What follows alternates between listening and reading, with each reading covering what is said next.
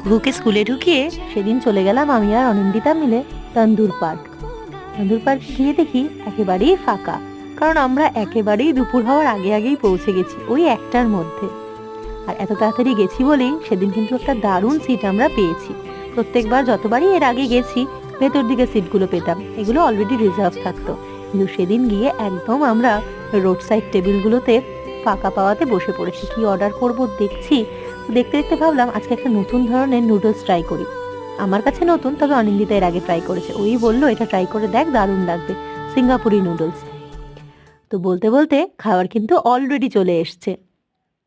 গরম গরম নুডলসের গন্ধটা যা সুন্দর বেরিয়েছে, প্রন, এগ, চিকেন সব কিছুই রয়েছে, তার সাথে রয়েছে গন্ধরাজ লেবুর পাতা। উফ, অসাধারণ!